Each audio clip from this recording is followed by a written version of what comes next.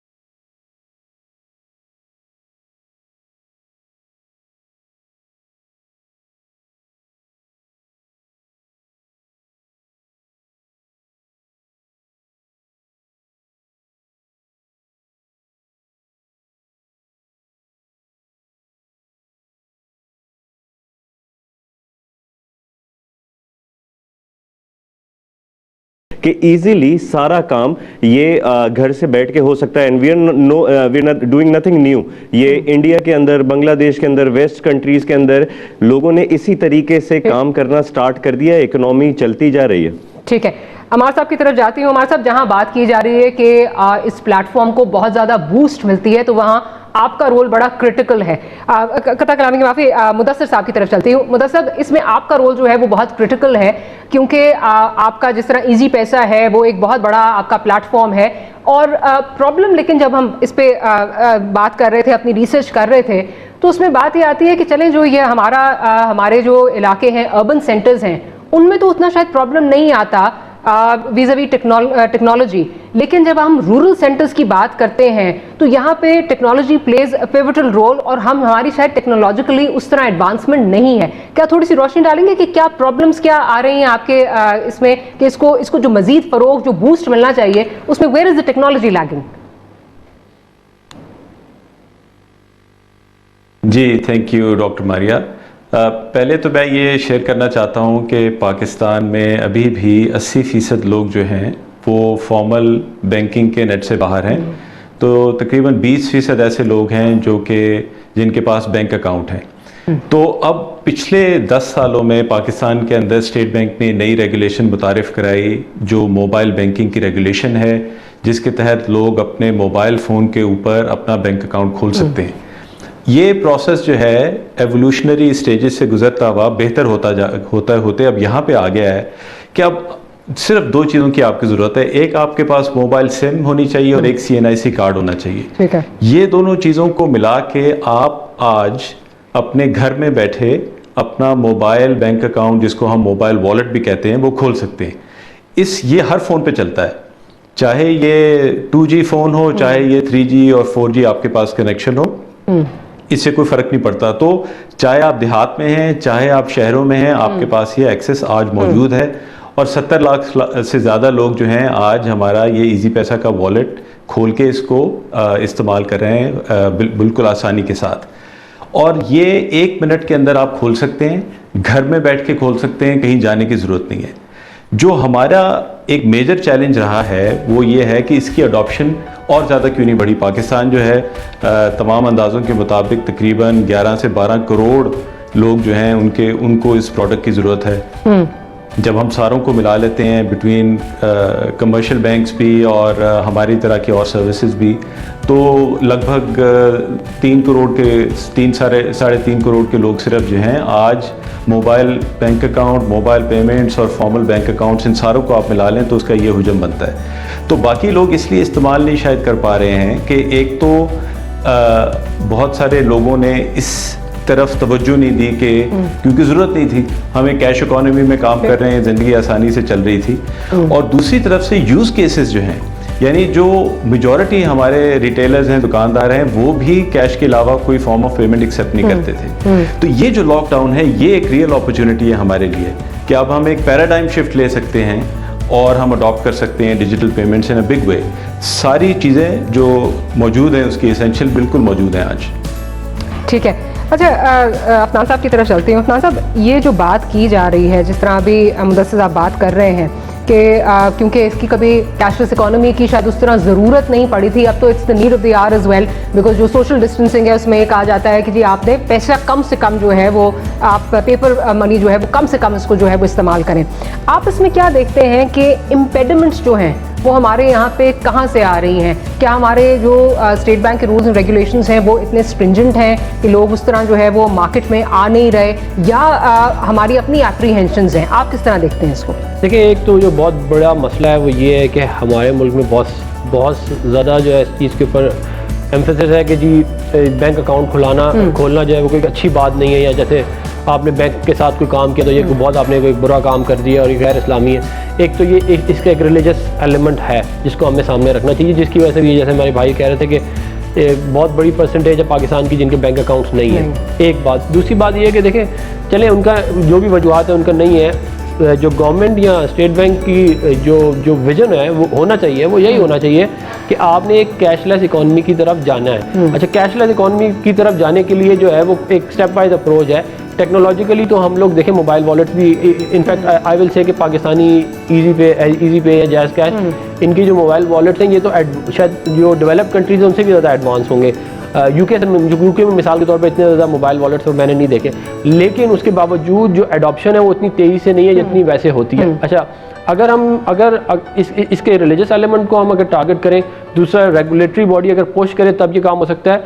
और इसके अंदर एक और एलिमेंट ये भी है कि अगर हम कैशलेस इकॉनमी की तरफ जाते हैं तो जो हम बार बार ये वाली बात कह रहे होते हैं कि जी ये ब्लैक इकॉनमी है, ये ब्लैक इकॉनमी है, लोगों ने कहा तहखाने बनाए हुए अपने घरों के नीचे उधर कैश रखी हुई है, कैश रखी, ये मसला भी हल हो सकता है। क्योंकि ज़रा जब आप एक कैशलेस इकॉनमी की तरफ मूव करते हैं, अब मिसाल इसकी एक मिसाल ये है कि यूके में मिसाल जो यूनाइटेड किंगडम में 10,000 पाउंड से ज़्यादा अगर आपके पास निकल आए तो गवर्नमेंट कन्फिस्केट कर लेती है। ये गवर्नमेंट ने एक रेगुलेशन बनाई हुई है जिसके तहत आप बहुत ज़्यादा पैसा स्टोर कर ही नहीं सकते। इसी तरह अगर आप और जगहों के ऊपर एक इस तरह भी आप लोगों को ला सकते हैं मेन बैंकिंग चैनल्स के अंदर, और जैसे जैसे आप इसको credit card, debit card, mobile wallets और ये पेपैल जो है सिस्टम पाकिस्तान में लेके, और अगर एक सीमलेस हम एक सिस्टम बना सकें जिसके अंदर डिफरेंट वॉलेट्स और डिफरेंट बैंक्स जो है वो एक जगह के ऊपर आगे काम कर सकें एक ऑनलाइन प्लेटफॉर्म के ऊपर, तो उससे बहुत ज़्यादा फ़र्क पड़ेगा पाकिस्तान की इकॉनमी के ऊपर भी, और ये जो हमारा ये जो कैश ऑन डिलीवरी वाला इशू है और ये जो एडॉप्शन है इसके ऊपर भी। ठीक है, अमार साहब की तरफ चलती हूँ। अमार साहब, अब if I talk as a layman and I am a layman, मुझे उस तरह चीज़ों का नहीं पता जिस तरह आप तीनों को पता है, तो मैं ये कहूँगी जब आप बात करते हैं, चले हम लोग तो फिर कुछ चीज़ें ऑनलाइन ऑर्डर कर लेते हैं, लेकिन प्रॉपर हमारा जो इन्हिसार है, चाहे वो ग्रोसरीज का हो या मतलब अगर बाहर से जो है वो कोई भी चीज़ आनी है, स्पेसिफिकली ग्रोसरी से अभी बात करें क्योंकि इस वक्त बाहर नहीं जा पा रहे, तो आपका मीट है, आपकी वेजिटेबल्स हैं, आपकी बाकी ग्रोसरी आइटम्स हैं, वो घर से मंगवाना इस वक्त जो है घर पे बैठ के कंप्यूटर से मंगवाना, बहुत लोग इससे अभी नहीं इस्तेमाल कर रहे फॉर द सिंपल रीज़न कि हमें आदत है कि हम जाते हैं, हम ठेलों पे जाएंगे, हम जाके कहेंगे अच्छा जी चलें ठीक है, अगर यहाँ पे टमाटर जो है वो 40 रुपए का मिल रहा है तो मैं दराज से जो है वो 100 रुपए का क्यों लूँ या 50 रुपए का क्यों लूँ, even 10 rupees make a difference. So मैं ये सवाल करना चाह रही हूँ कि उन सब लोगों को अगर हमने नेट में लाना है, उनको सेंसिटाइज करना है, तो क्या मैकेनिज्म हो सकती है, क्या कुछ हो सकता है इसमें? As a layman I am asking this question. जी देखें, पहले जब ये हालात नॉर्मल थे तो मार्केट जो है वो प्राइस कॉन्शियस थी, और एक कभी भी जब कोई ब्रांड या कंपनी ऑपरेट कर रही होती है उसका जो मेन टारगेट ऑडियंस होती है वो आवाम होती है, और उस वक्त हमें भी ये लगता था कि लोगों का ये एक रिचुअल है महीने की ग्रोसरी करने बाहर जाना, फैमिली इवेंट है, लोग जाते हैं। लेकिन जैसे जैसे हालात चेंज हुए हैं, मुझे ये लगता है कि जो प्राइस सेंसिटिविटी है ये अब उतनी वैल्यू नहीं रखती जितनी सेफ्टी एंड सिक्योरिटी रखती है। तो आप समझें कि अगर अभी आप किसी ऑफलाइन स्टोर, ग्रोसरी स्टोर पे जाते हैं, कराची में तो काफ़ी बंद भी हो रहे हैं क्योंकि SOPs फॉलो नहीं हो पा रहे हैं, people are on their faces, इतना रश है, तो वहाँ पर अब लोगों के लिए अगर 5 रुपए 10 रुपए चीज़ महंगी भी हो तो वो इतना प्राइस कॉन्शियस नहीं है जितना वो सिक्योरिटी के साथ घर से बैठ के ऑर्डर कर सकते। कथा कलामी की माफ़ी चाहूँगी। आई थिंक अभी भी मैं तो I am talking about Lahore, I am talking about Islamabad, price sensitivity बहुत बड़ा इशू है। हमने कुछ दिन पहले सब्जी मंडी यहाँ पे इस्लामाबाद का जो है वो हमने प्रॉपर जो है वो हमने स्कोप आउट किया कि वहाँ क्या है, तो वहाँ बंदे पे बंदा चढ़ा हुआ था, और ये नहीं है कि वहाँ पे सिर्फ ट्रेडर्स आए हुए थे, घरेलू खवातीन भी आई हुई थी, या ग्रोसरी स्टोर्स में भी उसी तरह है, चीज़ें फॉलो नहीं हो रही हैं। तो इसलिए मैं कह रही हूँ बड़ी एक नीश जो है वो आपकी एक वो मार्केट है जो अभी जाके ग्रोसरी शॉपिंग जो है वो ऑनलाइन कर रही है। People are not sensitized. बिल्कुल जी, जी आई कम्प्लीटली अंडरस्टैंड। अभी एक नीश है, ग्रोइंग सेगमेंट है, लेकिन देखें ये आहिस्ता आहिस्ता बढ़ रहा है। अभी भी हमने देखा कि मैंने आपको जैसे अर्लियर बताया कि 6 गुना इजाफा आया है ग्रोसरी कैटेगरी के अंदर, सब्जियों में कुछ 9 गुना इजाफा आया है, तो ये बढ़ रहा है, आहिस्ता आहिस्ता लोग बढ़ रहे हैं। देखिए मार्केट की एजुकेशन भी जो है ना, ये नई चीज़ है उनके लिए, हम लोग कोशिश कर रहे हैं उसको एडवर्टाइज करने के लिए भी, लोगों को बताने के लिए कि घर से बैठ के ऑर्डर हो सकता है, सामान समझना है तो वापस भी हो सकता है, बहुत सारी कन्वीनियंस है घर से बैठ के, और डिस्काउंट्स भी हैं। हम तो we work with a lot of payment channels, Easypaisa is one of also our partners, तो हम उनके साथ काम करते हुए लोगों को प्राइस ऑफ्स भी देते हैं ताकि वो जो आपकी प्राइस सेंसिटिविटी का इशू है वो भी केटर होता है। तो आई थिंक कि ये मार्केट में अभी भी पाकिस्तान में ई कॉमर्स और ये जो डिजिटल सर्विसेज हैं ये 8 से 9 साल पुरानी ये टॉपिक है, वरना दूसरे जो मेच्योर मार्केट्स हैं उसमें ऑब्वियसली ये काफ़ी पहले से होते आ रहा है। तो आई थिंक स्लोली ग्रेजुअली ये चीज़ बढ़ेगी, और स्पेशली फॉर दिस पेंडेमिक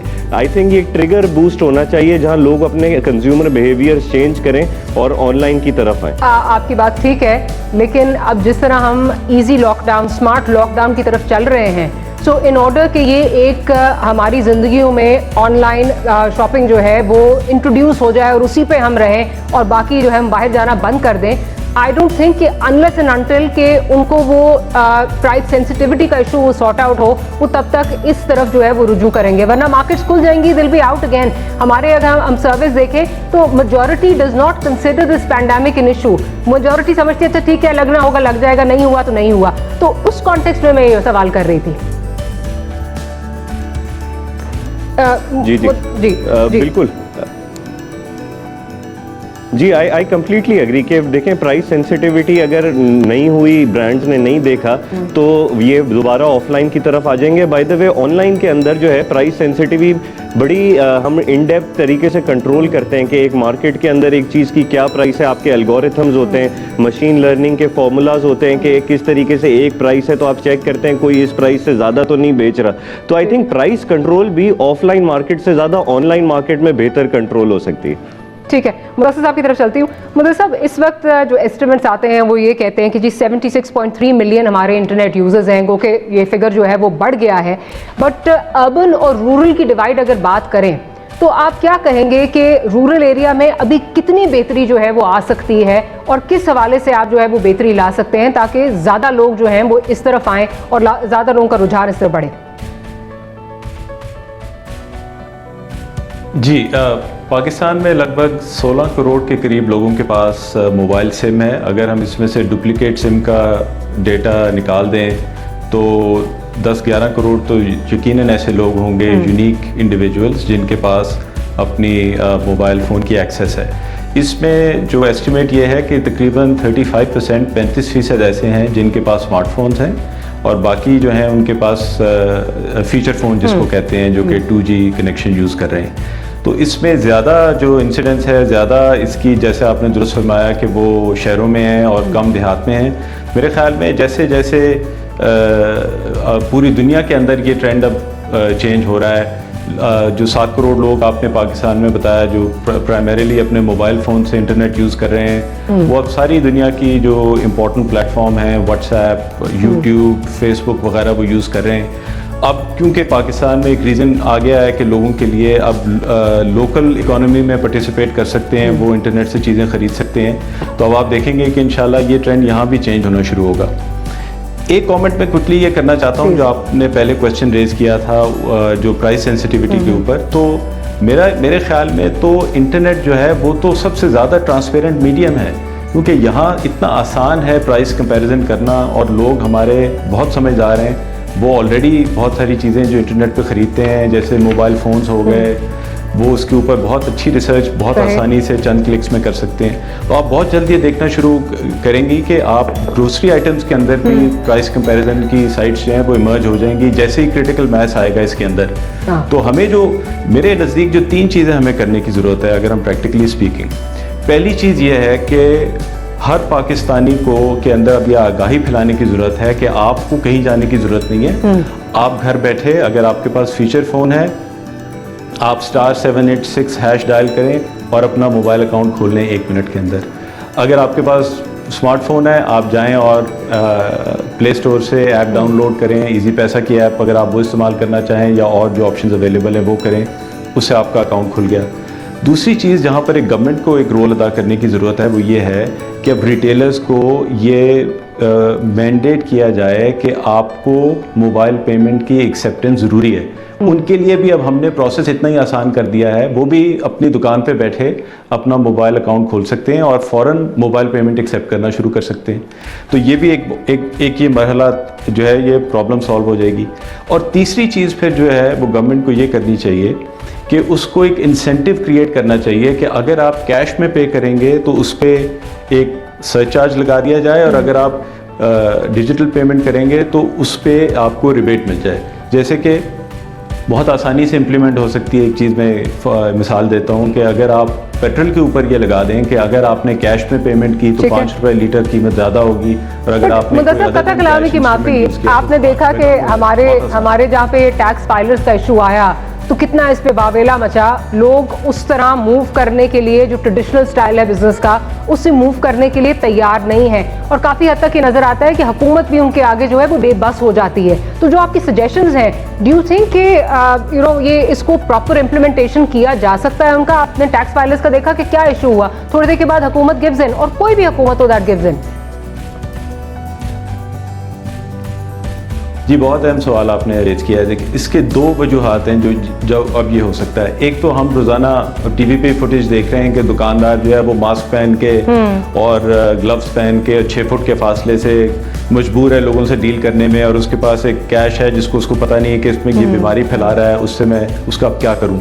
तो एक तो दुकानदार भी, रिटेलर भी हमारा तैयार है, उसकी आगाही हो गई है। दूसरी जो बहुत इंपॉर्टेंट बात है वो ये समझने वाली है कि पाकिस्तान में 60 लाख माइक्रो, स्मॉल और मीडियम एंटरप्राइजेस काम करती हैं, जो कि जिनमें से सिर्फ 3.5 लाख ऐसे हैं जिन्होंने बैंक से जिनको कर्जा मिला हुआ है, 57 लाख ऐसे हैं जो कि बेसिकली कैश के अंदर सिर्फ लेन देन करते हैं। अब पहली दफ़ा ये सिचुएशन पाकिस्तान के अंदर इमर्ज हुई है कि एक सबको लिक्विडिटी का एक क्राइसिस आ गया है। जब ये हमारी इकॉनमी दोबारा खुलेगी, वो सारे कारोबार जो कि डॉक्यूमेंटेड हैं will have an immense advantage कि वो जाके बैंक से कर्जा ले सकते हैं, क्योंकि दे आर डॉक्यूमेंटेड। जिन्होंने अपनी सारी किताबें जो हैं वो खुफिया रखी हुई हैं और वो डॉक्यूमेंटेड नहीं हैं, they have no access to credit from anywhere in the system. ठीक, चलें इस पे मजीद बात करते हैं। Welcome back after the break. Afran साहब, आप क्या समझते हैं कि हमारे लिए यहाँ पे अगर कंपनीज ने टेक्नोलॉजिकली ग्रो करना है, जैसे बाकी ममालिक में हुआ, खत्ते में हुआ, तो वो क्या मिसिंग इंग्रेडिएंट्स हैं, क्या वो इकोसिस्टम है, क्या मिसिंग हैं चीज़ें जो अभी हमें इस एनवायरनमेंट में नहीं प्रोवाइड की जा रही? देखिए, इसके अंदर एक जो फंडामेंटल चीज़ है वो एक आपकी वेंचर कैपिटलिस्ट फर्म्स होती हैं जो आपकी टेक्नोलॉजी स्टार्टअप कंपनियां होती हैं, उनको वो फंड करते हैं। वो देखते हैं कि सबसे प्रॉमिसिंग आइडिया किधर है, वो फिर उसको फंड करते हैं, उससे इक्विटी ले लेते हैं, उसके अगेंस्ट फंड पैसे देके, और उसके अंदर जो है वो बेसिकली आपकी क्या कहते हैं आपकी पूरा का पूरा इकोसिस्टम जो है स्टार्टअप्स का डेवलप होता है। अब पाकिस्तान के अंदर अनफॉर्चुनेटली हमारा कोई इतना ज़्यादा, अब मिसाल के तौर पे सऊदी अरेबिया में एक पूरा सऊदी गवर्नमेंट का वीसी फंड है जो हर साल कई मतलब अरबों रुपए जो है वो खाली स्टार्टअप कंपनियों को दी जाता है, और वो उसके अंदर आप ये देखते हैं कि जी ये हर कंपनी कामयाब नहीं होती, चाहिए ना, ज़रा बहुत सारे लोग फेल भी होते हैं, लेकिन जो कामयाब होंगे ना वो they will pay for the ones who failed. अब अमेज़ॉन की मिसाल ले लें, दुनिया का सबसे बड़ा ई कॉमर्स प्लेटफॉर्म है, दुनिया की लार्जेस्ट कंपनी है, दुनिया की पहली कंपनी है जिसकी $1 ट्रिलियन की क्या कहते हैं वैल्यूएशन है। उस कंपनी को जो it was just a startup 22 years ago, सही है ना, जब बेजोस ने स्टार्ट करी, उसको इसी तरह वीसी एक फंड से पैसे मिले, उसने 30% इक्विटी के केस $1 मिलियन मिला, वहाँ से फिर वो ग्रो करता रहा, और अब जो है वो इस स्टेज पे कंपनी आ चुकी है। लेकिन पहले शुरू के 15 साल या 16 साल वो प्रॉफिटेबल नहीं थी कंपनी। तो अब ज़रा अब ई कॉमर्स प्लेटफॉर्म आपने पाकिस्तान में भी डिप्लॉय करने हैं, या आपने और ई हेल्थ हो गया, या और बेताशा काम पाकिस्तान में होने वाले हैं, उसके लिए एक तो पूरा गवर्नमेंट का एक इनिशिएटिव होना चाहिए जिसके अंदर आप स्टार्टअप्स को फोकस करें और प्रॉमिसिंग कंपनीज को बाकायदा, ना सिर्फ आप ये कहेंगे वो पाकिस्तान में हम उनको सपोर्ट करेंगे, उन्हीं आइडियाज़ को दुनिया में बाहर लेके जाके भी चलाएं। और ये हो सकता है, ये कोई ऐसी कोई बड़ी देखिए ये जो है ना अपना ये जो टेक है, इसका अच्छा बात ये है कि आपको कोई कारखाना नहीं चाहिए, आपको अरबों रुपए नहीं चाहिए, आपको ज़मीनें नहीं, आपकी जद्दी पुश्ती, आपको अमीर होने की ज़रूरत नहीं है, आपका आइडिया अच्छा है, आपके पास नॉलेज है, तो आप एक्सेल कर सकते हैं। ये इसकी खूबसूरती है। तो अगर हुकूमत का ये तरफ से ये इनिशिएटिव हो, कुछ हमारी अपनी इंडस्ट्री के जो लोग हैं उनको भी इस तरफ फोकस अब करना चाहिए, खास तौर से जो बड़े इंडस्ट्रियलिस्ट हैं, तो ऑटोमेटिकली नेशनल इंक्यूबेशन सेंटर है वो क्या इस तरफ फोकस नहीं कर रहा? नेशनल इंक्यूबेशन सेंटर जब वो ये करता है कि वो ये कहता है कि जी आपने अगर बिजनेस स्टार्ट करना है तो हम आपको ऑफिस स्पेस दे देते हैं बड़ा सस्ता सा, और हम आपको ट्रेनिंग दे देते हैं, हम आपको बेसिकली बताते हैं कि आपने क्या करना है क्या नहीं करना। लेकिन देखिए, ट्रेनिंग और ऑफिस स्पेस अच्छी बात है, बुरी बात नहीं है, लेकिन मसले का हल नहीं है। मसले का हल जो है वो ये है कि आप लोगों को वो फंडिंग दें। आपने दुनिया से अगर कम्पीट करना है तो जैसे दुनिया में बाकी जो ओमान जैसे मुल्क, ओमान छोटा मुल्क है, उसने किया हुआ है, यूएई ने तो बहुत ज़्यादा, आप देखें यूएई के अंदर ई कॉमर्स ने बूम किया, और उस बूम की वजह से वो सऊदी अरेबिया भी चले गए वो, और करीम जो है वो दुबई बेस्ड थी। अगर हमने अपने मुल्क में अच्छा वीसी सिस्टम डेवलप किया होता है, प्राइवेट इक्विटीज़ होती, तो आज हमारे मुल्क से ये कहते हैं सारी दुनिया में जा रहे होते यही कंपनियां, और मतलब वो पाकिस्तानी है। अब करीम का जो ओनर है, one of the owner Pakistani, इससे और भी बहुत सारी मिसालें हैं। तो जब तक आप इसका गवर्नमेंट की सपोर्ट नहीं होगी तो ये इट वोंट बी तेज़ी से नहीं होगा, वो होता तो रहेगा लेकिन वो इतनी तेज़ी से नहीं होगा। और कुछ इसके अलावा कुछ जो है ना स्टेट बैंक के कुछ रूल्स हैं हाँ। जिसके अंदर फॉरेन इन्वेस्टमेंट लाना is a very difficult thing. अगर फ़र्ज़ करें मैं बाहर जाके किसी वीसी को कन्विंस भी कर लेता हूँ कि जी, तो उसमें फिर वो कि ओनरशिप किसकी होगी, पैसा कैसे मूव करेगा, उसके अंदर ही बड़े मसाइल। अच्छा, मुदस्सिर साहब की तरफ चलती हूँ। मुदस्सिर साहब, एक इशू जो आता है वो कैश लिमिटेशन का है। रिटेलर्स को इशू आता है कि जी कैश लिमिटेड एक अमाउंट है जो अलाउ किया जाता है और बड़ी मुश्किल से स्टेट बैंक ने जो है वो अमाउंट बढ़ाया है। क्या आप समझते हैं ये एक इम्पेडिमेंट है? देखिए, जो मोबाइल वॉलेट के लिए जो रिटेलर के जो नए गाइडलाइंस स्टेट बैंक की आई हैं उसमें 5 लाख रुपए तक का वॉलेट जो है लिमिट का वॉलेट जिसमें वो पैसे वसूल कर सकते हैं डिजिटल पेमेंट्स, वो तो तकरीबन बगैर किसी डॉक्यूमेंटेशन के वो चंद मिनटों के अंदर खुल जाता है। तो वो मेजॉरिटी जो हमारे रिटेलर हैं उनके लिए ये लिमिट काफ़ी है। जो बड़े रिटेलर हैं उनके लिए फिर लिमिट बढ़ाने का बहुत आसान तरीका है। वो हम उनकी एक प्रोसेस होता है जिसको KYC कहते हैं, जहाँ पर हम उनका कुछ इन्फॉर्मेशन लेंगे, एक बायोमेट्रिक लेंगे और वो भी बढ़ जाती है। तो जी, नो योर कस्टमर। तो ये कोई इतना बड़ा चैलेंज नहीं है। सबसे बड़ी जो चीज़ है वो ये है कि हमें रिटेलर की विलिंगनेस चाहिए है कि वो वाकई ये पेमेंट्स एक्सेप्ट करने के लिए तैयार हैं, जो कि अब मुझे लग रहा है कि बढ़ती जा रही है। और अब हमें डिसाइसिवली इसके ऊपर मूव करने की ज़रूरत है, जहाँ पर हम अपने लोगों को कहें कि वो सब मोबाइल पेमेंट देने के लिए अपने आप को इनेबल करें, अपने मोबाइल वॉलेट खोलें, और हम सारे कारोबारी तबके को कहें कि वो इसको एक्सेप्ट करना शुरू करें। हमें लिटरली फ़िज़िकल कैश के ख़िलाफ़ जो है अब एक जंग लड़ने की ज़रूरत है, क्योंकि ये हमारी जिसको कहते हैं एक पर्सनल वेलनेस के लिए भी बुरी चीज़ है, बीमारी फैला रहा है, और हमारी फाइनेंशियल वेलनेस के लिए भी, इकोनॉमी के लिए बुरा है। Back after the break. Afnan साहब, अब इस पूरे क्राइसिस में बहुत बुरी तरह हमारी जो SME है, वो SMEs हमारी बहुत बुरी तरह जो है वो हिट हुई हैं, और उनका अक्सर हुकूमत से, मैं पिछले काफ़ी दिनों से मॉनिटर कर रही हूँ, हुकूमत से उनका जो है ये तनाज़ा ही रहता है कि हमें हमारे ऊपर तवज्जो नहीं दी जा रही। इस क्राइसिस सिचुएशन में क्या उनके लिए हो सकता है वीज़ा वी हमारे जो, अगर ई-कॉमर्स की बात हो, या किस तरह उनके लिए हम बेहतरी ला सकते हैं? देखिए, आपकी स्टार्टअप कंपनियाँ हो गई या आपके स्मॉल एंड मीडियम एंटरप्राइज हो गए, वो बहुत बुरी तरह इसलिए हटे हैं क्योंकि उनके ज़रा इतने ज़्यादा रिसोर्सेज नहीं होते। आपके एम्प्लॉइज़ हैं, आपके ऑफिसेज हैं, जो भी आपको सपोर्ट चाहिए। अब दुनिया में जैसे बरतानिया में या कनाडा में उन्होंने ये कहा है कि आपके एम्प्लॉय की जो वेजेस हैं वो हम 80% कवर करेंगे अगर आप खुद नहीं कर सकते, और इस तरह की बात, इस तरह के गवर्नमेंट पैकेजेस लेके आई है। पाकिस्तान में स्टेट बैंक लेके आया है एक पैकेज जिसके अंदर आपकी रीफाइनेंस, इस्लामिक रीफाइनेंस स्कीम है, जिसके अंदर आपके जो कंपनी के एम्प्लॉइज़ हैं उनकी सैलरीज जो हैं वो उसका लोन गवर्नमेंट आपको दे देगी 5% इंटरेस्ट पे।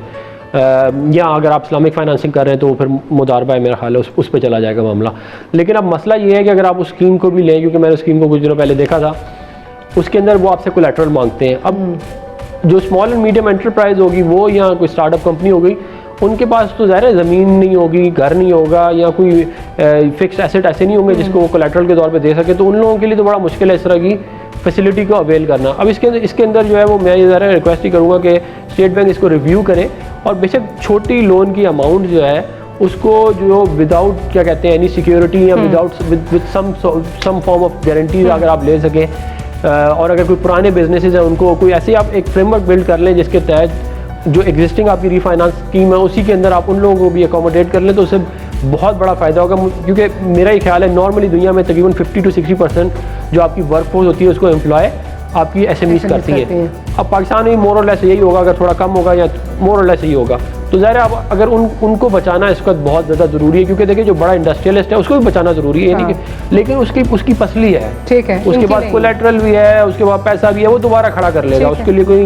नुकसान ज़रूर उसको होगा लेकिन वो खड़ा हो जाएगा। ये नहीं खड़े हो पाएंगे, इनको बड़ा मसला होगा। अच्छा, अमार साहब की तरफ चलती है। अमार साहब, एक बहुत ज़्यादा क्रिटिक जो आती है हमारे यहाँ, वो ये आती है कि हमारे यहाँ प्रोडक्ट डाइवर्सिफिकेशन नहीं है। हमारा ज़्यादा इन्हिसार जो है वो कुछ वो लिमिटेड प्रोडक्ट्स हैं जिन पे जो है वो है, और उस वजह से हमारी आउटरीच अगर ग्लोबली कहें तो ज़्यादा नहीं है। इस पे आप क्या कहेंगे?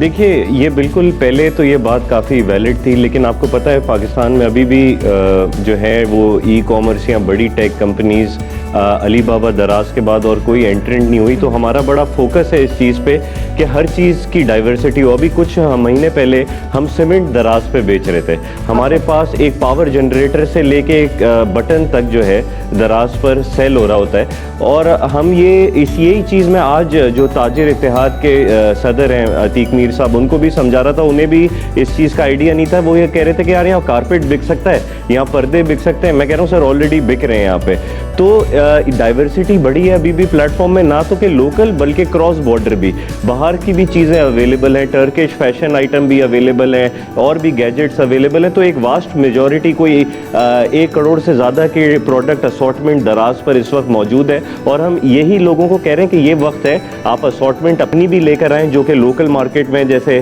पेशावर के अंदर कोई पेशावरी चप्पल बेच रहा है वो भी दराज पर सेल कर रहा है। और हम इन्हें इस वक्त कोई 4.5 करोड़ रुपए की सब्सिडी इन SME सेलर्स को ऑफर करी है कि मई और जून के महीने में आप दराज के ऊपर आएँ, अपना सामान बेचें, तो आपको हम आपके सारे कमीशन वेव ऑफ करेंगे। आपकी जो पैकेजिंग मटेरियल है वो हमने सब्सिडाइज कर दिया है। आपको स्टोरेज जो है, जो आपकी वेयर हाउसिंग चीज़ है, उसमें हम आपको सपोर्ट कर रहे हैं और आपको पूरा टेक्नोलॉजिकली सेटअप करेंगे फ्री ऑफ कॉस्ट ट्रेनिंग देके कि ये ई-कॉमर्स वर्ल्ड में ऑपरेट कैसे होता है। ठीक है, मुदस्सिर साहब की तरफ चलती हूँ। मुदस्सिर साहब, इसमें जो ये अब एक ऑनलाइन बिजनेस का जो डिबेट है, उसमें ये कहा जाता है कि स्पेशली इस टाइम पे where every single penny counts, तो जो घर में बैठी खातून है वो भी बड़ा चाह रही है कि मैं भी किसी तरह कंट्रीब्यूट करूं, लेकिन थोड़ी उसकी लिमिटेशंस हैं, वो घर से बाहर नहीं जा सकती। कोई प्रोडक्ट्स अगर वो घर में बनाती है तो आप लोग उनको, आप सबसे ये सवाल है, क्या मैसेज देना चाहेंगे, किस तरह वो अपने आप को बेहतर यूटिलाइज कर सकती हैं? मुदस्सिर साहब,